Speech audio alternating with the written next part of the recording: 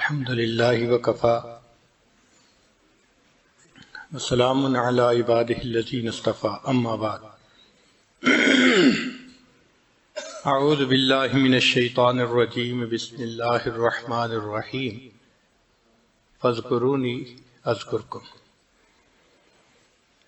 سبحان ربک رب العزۃ عما یصفون وسلام علی المرسلین والحمد للہ رب العالمین اللہم صلی علی سیدنا محمد وعلی آل سیدنا محمد وبارک وسلم۔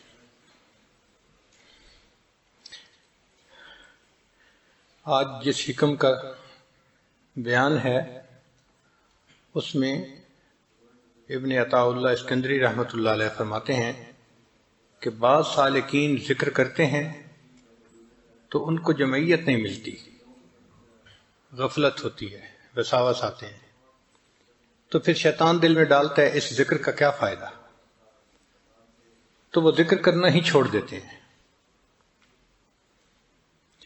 تو اس پر انہوں نے فرمایا کہ ذکر کے دوران اگر غفلت ہو جائے تو یہ کمزوری ہے، اور ذکر کرنے ہی سے غفلت کا ہو جانا یہ زیادہ برا ہے۔ ابھی تو ہم ذکر میں بیٹھے ہیں نا، جمعیت نہیں ہے، لیکن شیطان کہتا ہے ایسے ذکر کا کیا فائدہ، تو وہ کہتے ہیں کہ اگر ذکر ہی چھوڑ دیا تو وہ زیادہ بڑا نقصان ہے۔ ذکر میں بیٹھ گئے، حضوری نہ ہوئی، یہ کم نقصان ہے۔ تو ذکر میں حضور نہ ہونے کے سبب ذکر کو نہ چھوڑ، کیونکہ اثناء ذکر میں غفلت ہونے کی بنسبت نفس ذکر سے غفلت کا ہونا زیادہ سخت ہے، اس لیے معمولات نہیں چھوڑنے چاہیے، حضوری نصیب ہو یا نہ ہو، یکسوئی ہو یا نہ ہو۔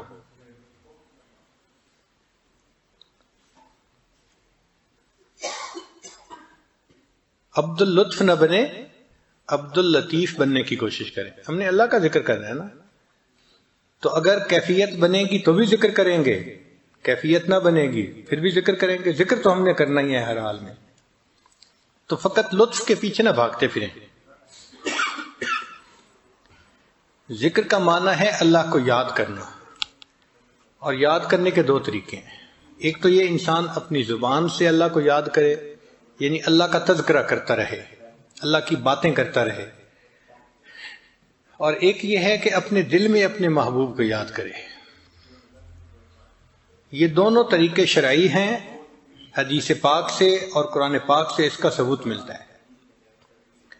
انسان کو چاہیے کہ اپنے ذکر سے، اپنی زبان سے بھی اللہ کا ذکر کرتا رہے، حتیٰ کہ زبان اللہ کے ذکر سے تر ہو جائے، ایسی کیفیت ہو، اور اپنے دل میں بھی اللہ کو یاد کرے۔ دل کے ذکر کو ذکر خفی کہتے ہیں، اور زبان کے ذکر کو ذکر لسانی کہتے ہیں۔ مختلف سلاسل ہیں، بعض سلاسل میں ذکر لسانی ہے، چنانچہ وہ زبان سے ذکر کرتے رہتے ہیں، لا الہ الا اللہ، لا الہ الا اللہ، الا اللہ، الا اللہ، اللہ اللہ، تو اس طرح سے زبان سے ذکر کرتے ہیں۔ ہمارے سلسلہ میں کیونکہ خفی ذکر ہے، اس لیے قلب کا ذکر کرتے ہیں، یعنی اپنے رب کو اپنے دل میں یاد کرتے ہیں۔ وہ جن کا عشق صادق ہے وہ کب فریاد کرتے ہیں، وہ جن کا عشق صادق ہے وہ کب فریاد کرتے ہیں، لبوں پہ مہر خاموشی دلوں میں یاد کرتے ہیں۔ تو جن کا عشق سچا ہوتا ہے ان کے زبان خاموش ہوتی ہے، مگر ان کے دل اپنے محبوب کی یاد میں لگے ہوتے ہیں۔ اس لیے یہ ذکر خفی ذکر لسانی سے 70 گنا زیادہ ثواب رکھتا ہے۔ حضرت شیخ حدیث بن زکریا رحمۃ اللہ علیہ نے لکھا ہے کہ ایک بزرگ نے کشف کی نظر سے دیکھا کہ شیطان انسان کے کمر کی طرف، پشت کی طرف اس طرح بیٹھا ہے جیسے مچھر کسی کو کاٹنے کے لیے بیٹھا ہوتا ہے، اور وہ ہر وقت انسان کے قلب کو دیکھتا رہتا ہے۔ اگر قلب کو ذاکر پاتا ہے تو قلب میں وساوس نہیں ڈال سکتا، اور جب دیکھتا ہے کہ قلب غافل ہے تو فوراً اس میں غفلت کا انجیکشن لگا دیتا ہے اور بندے کو وسوسے آنے شروع ہو جاتے ہیں. تو غفلت کا علاج ذکر ہے، اور غفلت سے بچنا ہمارے اوپر لازم ہے، فرض ہے. اللہ تعالیٰ ارشاد فرماتے ہیں وَلَا تَكُن مِّنَ الْغَافِلِينَ، کہ آپ غافلوں میں سے نہ ہوں. تو جب اللہ نے فرما دیا کہ غافلوں میں سے نہیں ہونا، تو ہمارے اوپر لازم ہو گیا کہ ہم غفلت سے بچیں. ہمارے مشائخ نے تو اس پر اتنی محنت کی کہ انہوں نے فرمایا جو دم غافل سو دم کافر. جو لمحہ غفلت میں گزر گیا یوں سمجھو کہ وہ لمحہ کفر کی حالت میں گزر گیا. ایک لمحہ بھی اللہ سے غافل نہیں ہونا.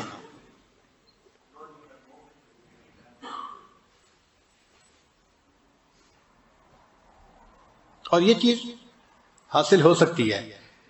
انسان اللہ کا ذکر کثرت سے کرتا رہے تو ایسا جماؤ آ جاتا ہے کہ دل ہر وقت اللہ تعالیٰ کی یاد ہی میں لگا رہتا ہے، ایک لمحہ بھی غافل نہیں ہوتا.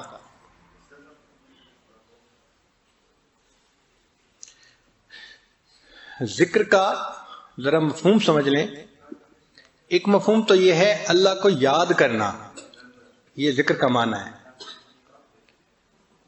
اور دوسرا ہر وہ کام جو نیکی کا ہے اس کو کرتے ہوئے انسان ذاکر ہوتا ہے، غافل نہیں ہوتا.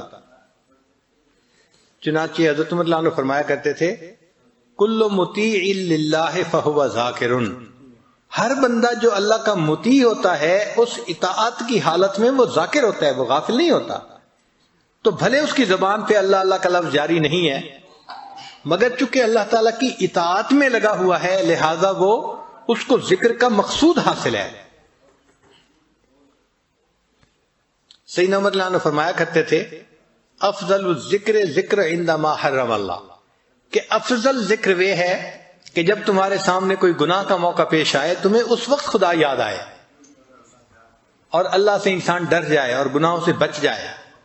اگر گناہ کے موقع پہ انسان کو اللہ یاد نہیں آتا تو پھر باقی تسبیح پڑھنے کا کیا فائدہ ہوا.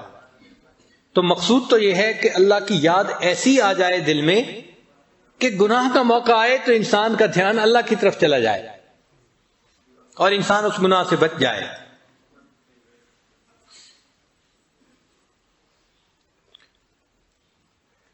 اس ذکر کو جتنا زیادہ کریں گے اتنا ہمارے زندگی میں برکت زیادہ آئے گی.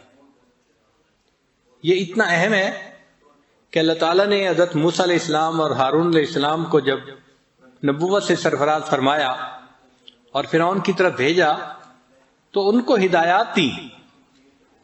فرمایا اذهب انت واخوک بآیاتی ولا تنیا فی ذکری، جائیے آپ اور آپ کا بھائی میری ان نشانیوں کو لے کر اور آپ دونوں میری یاد سے غافل نہ ہونا. آپ دیکھیں اللہ تعالیٰ ہدایات دے رہے ہیں اور کن کو دے رہے ہیں؟ انبیاء کو دے رہے ہیں. اور ان ہدایات کا تذکرہ قرآن میں اللہ فرما رہے ہیں اور ان کو کہا گیا کہ دیکھیں آپ لوگ دین کی دعوت کا کام تو کریں مگر ولا تنیا فی ذکری، آپ دونوں میرے ذکر سے غافل نہ ہونا.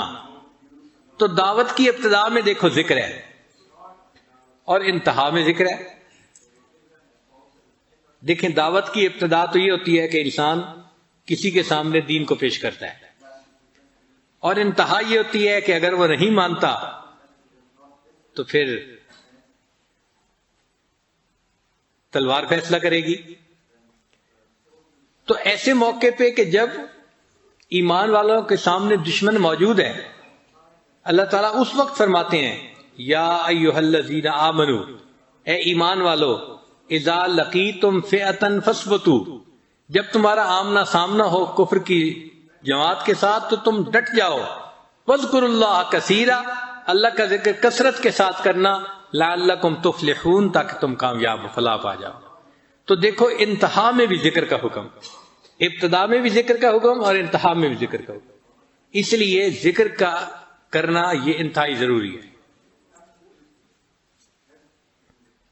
ہمارے پاس ایک مرتبہ ایک قاری صاحب تشریف لائے، وہ بڑے معروف قاری صاحب ہیں. ہر سال تقریباً 50 شاگرد ان کے حافظ بنتے ہیں، کم سے کم 50 ورنہ اس سے زیادہ، اور خود بھی قرآن پاک بہت اچھا پڑھتے ہیں اور نیک طبیعت کے ہیں.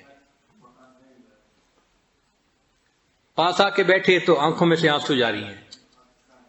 میں نے پوچھا قاری صاحب کیا ہوا؟ کہنے لگے کہ بس اور کسی کے سامنے تو اپنا من نہیں کھول سکتا، لیکن آپ کو تو میں اپنی حالت بتا سکتا ہوں.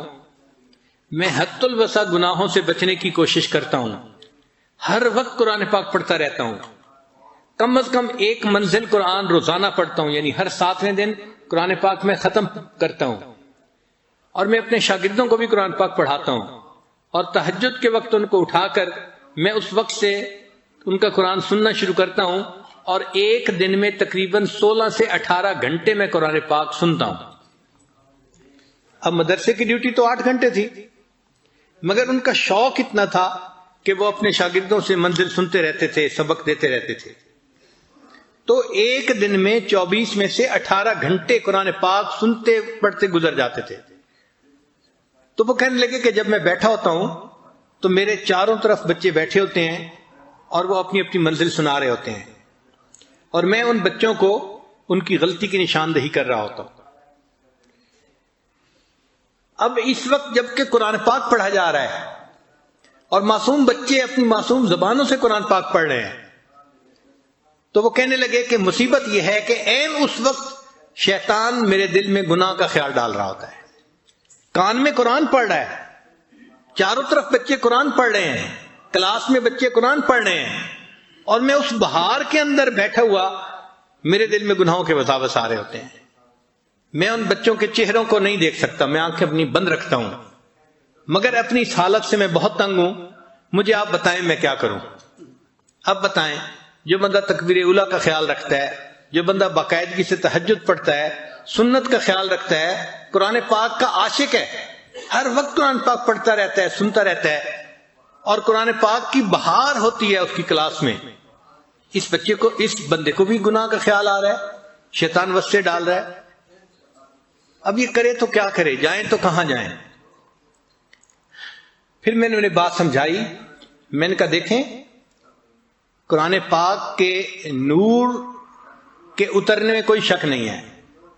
قرآن پاک میں اللہ فرماتے ہیں وَإِذَا قُرِئَ الْقُرْآنُ فَاسْتَمِعُوا لَهُ وَأَنصِتُوا لَعَلَّكُمْ تُرْحَمُونَ، کہ جب قرآن پڑھا جائے تم خاموش رہو، غور سے سنو تاکہ تم پر رحمتیں نازل ہوں. تو جہاں قرآن پاک پڑھا جاتا ہے وہاں رحمتیں نازل ہوتی ہیں، نور نازل ہوتا ہے، لیکن آپ کا دل اس نور کو ایکسپٹ نہیں کر پا رہا، اس کو جذب نہیں کر پا رہا. نور اترتا ہے، نور اترنے میں کوئی شک نہیں ہے، یہ اللہ کا قرآن گواہی دے رہا ہے، مگر آپ کا دل اس نور کو جذب نہیں کر پا رہا. تو قاری صاحب نے سوال پوچھا کہ جی میرا دل کیوں نور کو جذب نہیں کر پا رہا؟ پھر میں نے انہیں بات سمجھائی. میں نے کہا دیکھیں قاری صاحب، بچہ جب پیدا ہوتا ہے نا تو اس کو ماں کا دودھ پلایا جاتا ہے، اس لیے کہ اس کے لیے سب سے زیادہ موافق اس کی والدہ کا دودھ ہوتا ہے. اور اگر فرض کرو کہ والدہ کا دودھ نہ ہو یا کم ہو تو پھر اس کے لیے اس بچے کو بکری کا دودھ پلا دیتے ہیں، یا گائے کا دودھ پانی ملا کے پتلا کر کے پلا دیتے ہیں، تو بچہ اس کو بھی جذب کر لیتا ہے. پھر جب بچہ بڑا ہو جاتا ہے، جوان ہو جاتا ہے، تو پھر اتنا قوی ہو جاتا ہے کہ اب اس کو بھینس کا دودھ بھی پلا دیں تو وہ اس کو بھی ہضم کر لیتا ہے. لیکن اگر پیدا ہونے والے بچے کو بھینس کا دودھ پلائیں گے تو اس کا ہاضمہ خراب ہو جائے گا اور وہ ہسپتال پہنچ جائے گا، اس لیے کہ اس کا ہاضمے کا نظام اتنا کمزور ہے کہ وہ ثقیل دودھ کو برداشت نہیں کر سکتا. اور بھینس کا دودھ چونکہ اس میں مکھن زیادہ ہوتا ہے تو وہ ثقیل ہوتا ہے، اور گائے کا دودھ جو ہے یا بکری کا یہ لطیف ہوتا ہے.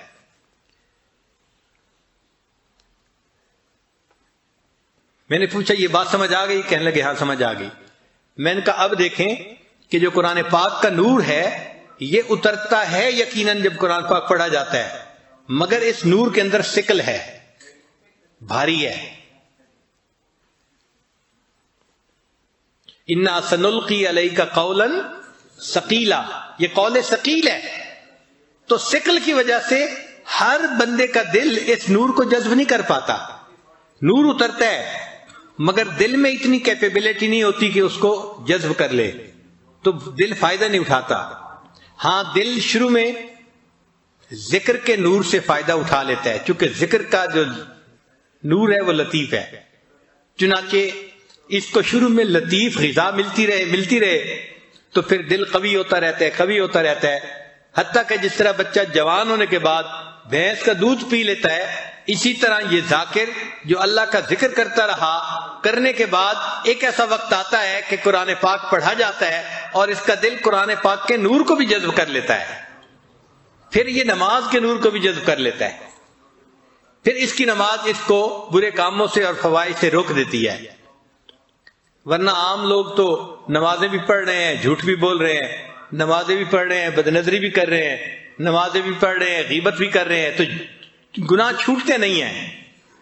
وجہ کیا کہ اس نماز کا نور ہمیں نہیں مل رہا۔ جب نور ملتا ہے تو پھر اللہ تعالیٰ سب جو ہے گناہوں سے نجات دے دیتے ہیں۔ ان الصلاۃ تنہا عن الفحشاء والمنکر، تو نماز انسان کو ایسے برے کاموں سے محفوظ کر لیتی ہے۔ تو ذکر کی کثرت ہر بندے کو کرنی چاہیے تاکہ قلب کے اندر قوت آ جائے اور قلب اللہ کے انوارات کو جذب کرنے والا بن جائے۔ اللہ تعالیٰ ارشاد فرماتے ہیں فاذکرونی اذکرکم، تم میرا ذکر کرو میں تمہارا ذکر کروں گا۔ اس کا کیا معنی ہے؟ اس کا معنی یہ نہیں ہے کہ بندہ کہے اللہ اللہ اللہ اور اللہ فرمائے بندہ بندہ بندہ، ایسا نہیں ہے اس کا معنی۔ اس کا معنی کچھ اور ہے۔ دیکھیں، اگر آپ نے کوئی انٹرویو دینا ہے جاب کے لیے اور جس بندے کے پاس انٹرویو دینا ہے وہ آپ کے والد کا بڑا دوست ہے، تو آپ تو انٹرویو دے کے آ جائیں گے،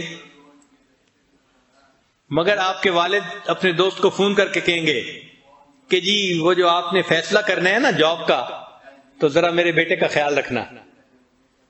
تو وہ کہے گا جی ہاں میں یاد رکھوں گا۔ پھر آپ کا والد اس کو پھر زبانی پھر یاد دہانی بھی کروا دیتا ہے، وہ جی ذرا میرے بیٹے کی بات یاد رکھنا۔ تو افسر کہتے ہیں جی میں یاد رکھوں گا۔ اب یہ جو وہ کہہ رہا ہے یاد رکھوں گا، اس کا کیا معنی ہے؟ اس کا معنی یہ ہے کہ جب اس بندے کے متعلق فیصلہ کرنا ہوگا تو میں اس کے حق میں بہتر فیصلہ کروں گا۔ افسر کا یاد کرنا یہ ہے کہ جب میں اس کے بارے میں فیصلہ کرنے لگوں گا تو اس کے حق میں خیر کا فیصلہ کروں گا۔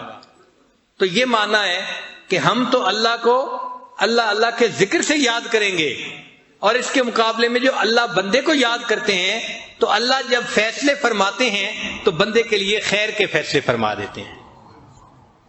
اس بندے کے لیے اللہ تعالیٰ نئے نئے اعمال کی توفیقوں کے فیصلے فرما دیتے ہیں۔ اس بندے کو اللہ کا یاد رکھنا اس بندے کے لیے یہ ہے۔ تو اس لیے جتنا ہم ذکر کریں گے اتنا اللہ تعالیٰ ہمیں نئے نئے اعمال کی توفیق عطا فرمائیں گے، ہمارے عملوں کو قبول کریں گے، ہم اللہ تعالیٰ کو یاد کریں گے آسانی کے وقت میں، اور اللہ تعالیٰ اس کے مقابلے میں مشکل کے وقت میں ہمیں یاد فرمائیں گے۔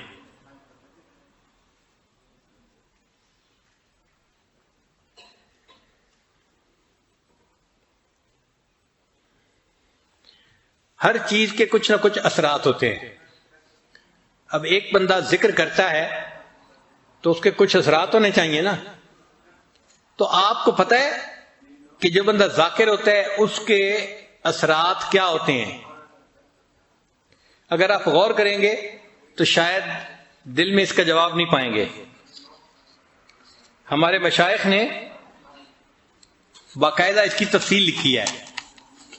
وہ فرماتے ہیں کہ جو بندہ کثرت سے ذکر کرتا ہے اس کے جسم کے اعضاء میں اس کی علامات پائی جاتی ہیں۔ پہلی علامت کیا ہے کہ ذکر العینین بالبکا، آنکھوں میں سے آنسو کا رواں ہو جانا، دل نرم ہو جاتا ہے۔ ذکر کرنے والا بندہ دعا مانگتے ہوئے روتا ہے، نماز پڑھتے ہوئے روتا ہے، تلاوت کرتے ہوئے روتا ہے، بات اللہ کی کرتے کرتے اس کی آنکھوں سے آنسو نکل آتے ہیں، دل نرم ہو جاتا ہے نا۔ تو ذکر العینین بالبکا، آنکھوں کا ذکر یہ ہے کہ آنکھوں سے آنسو جلدی رواں ہو جائیں۔ جب دل سخت ہو جاتا ہے تو جیسے سخت زمین سے پانی نہیں نکلتا، پھر انسان کی چشم سے بھی پانی نہیں نکلتا۔ یہ جو چشم ہے نا، چشم کہتے ہیں آنکھ کو، یہ چشمہ بن جاتی ہے جب دل نرم ہوتا ہے۔ اور کئی دفعہ چشمہ بھی خشک ہو جاتا ہے.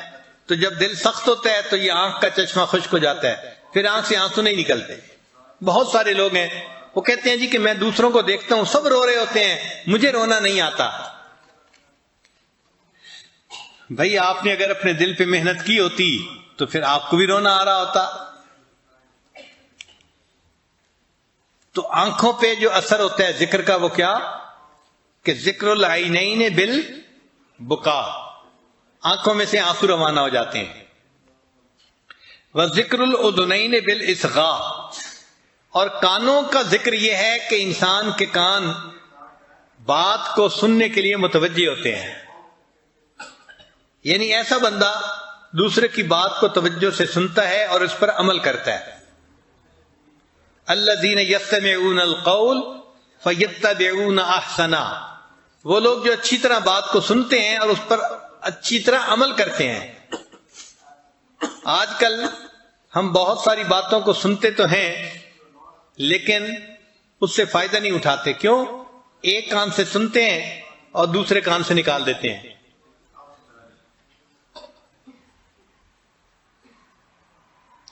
چنانچہ جہنمی جب جہنم میں جائیں گے تو اس وقت ان سے فرشتے کہیں گے کہ تمہیں کوئی ڈرانے والا نہیں آیا تھا, سمجھانے والا نہیں آیا تھا کہ جہنم سے بچنا, جنت جانے کی تیاری کرنا. تو جہنمی کہیں گے آیا تو تھا, ہم نے جھٹلا دیا تھا. اور پھر وہ کہیں گے لو کننا نسمع, اے کاش اگر ہم سنتے, اور نعقلوا, اور ہمارے اندر عقل کی رتی ہوتی, ما کننا فی اصحاب السعیر, ہم جہنم جانے والوں میں سے نہ بنتے. ہم تو خیر کی بات سنتے ہی نہیں تھے. تو انسان کئی مرتبہ سنتا ہے مگر ایسے ہوتا ہے جیسے نہیں سن رہا ہوتا. ہمارے حضرت مرشد عالم رحمۃ اللہ علیہ بھرے مجمع میں کئی مرتبہ جلال میں آ کے کہتے تھے وہ سن رہے ہو, میں کہتا ہوں تم نہیں سن رہے. پہلے فرماتے تھے وہ سن رہے ہو, پھر فرماتے تھے میں کہتا ہوں تم نہیں سن رہے. تو انسان سننے کے باوجود ایسے ہوتا ہے جیسے اس نے نہیں سنا ہوتا, اور اللہ تعالیٰ اس کو سننے کی توفیق ہی نہیں دیتے. قرآن پاک میں اللہ فرماتے ہیں وَلَوْ أَرَادَ اللَّهُ بِهِمْ خَيْرًا لَأَسْمَعَهُمْ, اگر اللہ ان میں خیر پاتے ان کو سننے کی توفیق دے دیتے. یعنی ان میں خیر ہوتی نا تو اللہ ان کو بات سنوا دیتے, یہ اس سے فائدہ اٹھا لیتے, سنتے ہی نہیں ہے. تو کانوں کا ذکر یہ ہے کہ انسان خیر کی بات کو سنے اور اس پر عمل کے لیے فوراً تیار ہو جائے.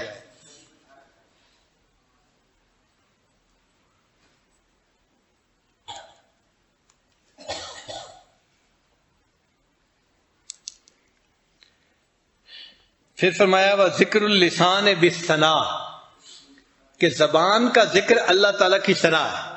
جس بندے کے دل میں اللہ کی محبت ہوگی تو اس کی تو زبان پہ ہر وقت اللہ ہی کی باتوں کا تذکرہ رہے گا نا, اللہ کی باتیں کرتا رہے گا. تو زبان سے اللہ کی ثنا بیان کرنا یہ زبان کا ذکر ہے. یا تیرا تذکرہ کرے ہر شخص, یا تیرا تذکرہ کرے ہر شخص, ورنہ پھر ہم سے گفتگو نہ کرے. تو ذاکر کی یہ کیفیت ہوتی ہے, اس کی زبان پہ ہر وقت اللہ کا ذکر رہتا ہے. جہاں جاتے ہیں ہم تیرا فسانہ چھیڑ دیتے ہیں, موقع ملتا ہے وہ اللہ کی بات شروع کر دیتا ہے. ہم تو زندہ ہیں کہ دنیا میں تیرا نام رہے, بس اللہ کا نام لیتے رہتے ہیں ہر وقت. وذکر اللسان بالثناء وذکر الیدین بالعطاء, اور ہاتھوں کا ذکر یہ ہے کہ انسان اللہ کے راستے میں خرچ کرے, اپنے مال کو دے. یہ جو عطا کی صفت ہے نا یہ بھی ہر بندے کو نصیب نہیں ہوتی. بہت سارے بندے ہیں جو مالدار ہوتے ہیں, اور کچھ بندے ایسے بھی ہیں کہ جو مال کے چوکی دار ہوتے ہیں, مالدار نہیں ہوتے, مال کے چوکی دار ہوتے ہیں. بس یہی دیکھتے رہتے ہیں کہ اب میرا بیلنس اتنا ہو گیا, اب اتنا ہو گیا, اتنا ہوتا ہے, اور اللہ کے راستے میں خرچ کی توفیق نہیں ہوتی. مالدار وہ ہے جس کو اللہ تعالیٰ خوب دے اور وہ اس مال کو اللہ کے راستے میں خوب خرچ کرے, یہ مالدار ہے. جو اپنے اس مال کو صحیح جگہ استعمال کر رہا ہے۔ حدیث مبارکہ میں ہے کہ نبی علیہ الصلوۃ والسلام رمضان المبارک میں اللہ کے راستے میں بہت کثرت کے ساتھ خرچ فرماتے تھے۔ تو انسان کے اندر یہ صفت ہونی چاہیے کہ اس کے ہاتھوں میں عطا کی صفت ہو، دے اللہ کے راستے میں۔ یاد رکھیں جو ہم دیتے ہیں نا یہ واپس لوٹ کے آتا ہے، اور کئی گنا زیادہ ہو کے واپس آتا ہے۔ ایک دیں گے اللہ تعالیٰ اس کے بدلے کم سے کم 10 عطا فرمائیں گے۔ من جاء بالحسنۃ فلہ عشر امثالھا۔ اس لیے صحابہ رضی اللہ تعالیٰ عنہ اللہ کے راستے میں خوب خرچ کرتے تھے۔ سیدہ صدیقہ رضی اللہ تعالیٰ عنہ، ان کو حضرت عمر رضی اللہ عنہ نے ایک مرتبہ 40,000 درہم بھیجے، تو انہوں نے مدینہ کی بیواؤں کو، یتیم بچوں کو بلوایا اور ان میں پیسہ خرچ کرنا شروع کر دیا، ان کو دینا شروع کر دیا۔ باندی نے دیکھا کہ گھر میں تو کھانے کی کوئی چیز نہیں، اور ام المؤمنین روزے سے بھی ہیں اور روزہ افطار کرنے کا وقت آ رہا ہے، تو وہ آئی اور کہنے لگی کہ ام المؤمنین کچھ پیسے مجھے بھی دے دیں، گھر میں افطاری کی کوئی چیز نہیں، میں کوئی چیز لے کے آؤں۔ تو فرمایا تو مجھے پہلی بتاتی، میں نے تو وہ سارے کے سارے پیسے اللہ کے راستے میں خرچ کر دیے۔ یہ ہے عطا کی صفت کہ سارے پیسے اللہ کے راستے میں خرچ کر دیے اور اپنے لیے افطاری کو کچھ ہے یا نہیں اس کا پتہ بھی نہیں چلا۔ ام المؤمنین سودہ رضی اللہ تعالیٰ عنہ، ان کو ایک مرتبہ حضرت عمر رضی اللہ عنہ نے 25,000 درہم بھیجے، مال غنیمت میں سے ان کا حصہ بنا تھا۔ تو جب 25,000 درہم ملے تو انہوں نے اسی وقت عورتوں کو بلوایا، غریب عورتوں کو، اور ان میں تقسیم کر دیے۔ جب تقسیم کر کے فارغ ہو گئیں تو پھر انہوں نے 2 رکعت نفل نماز پڑھی، اور نفل کے بعد یہ دعا مانگی، اے اللہ امیر المومنین عمر رضی اللہ عنہ کو آئندہ توفیق ہی نہ دے کہ وہ میری طرف پیسے بھیجا کریں، اے اللہ ان کو توفیق ہی نہ دے کہ وہ میری طرف پیسے بھیجیں۔ جو آیا سب اللہ کے راستے میں دے دیا، اور اوپر سے دعا بھی مانگی۔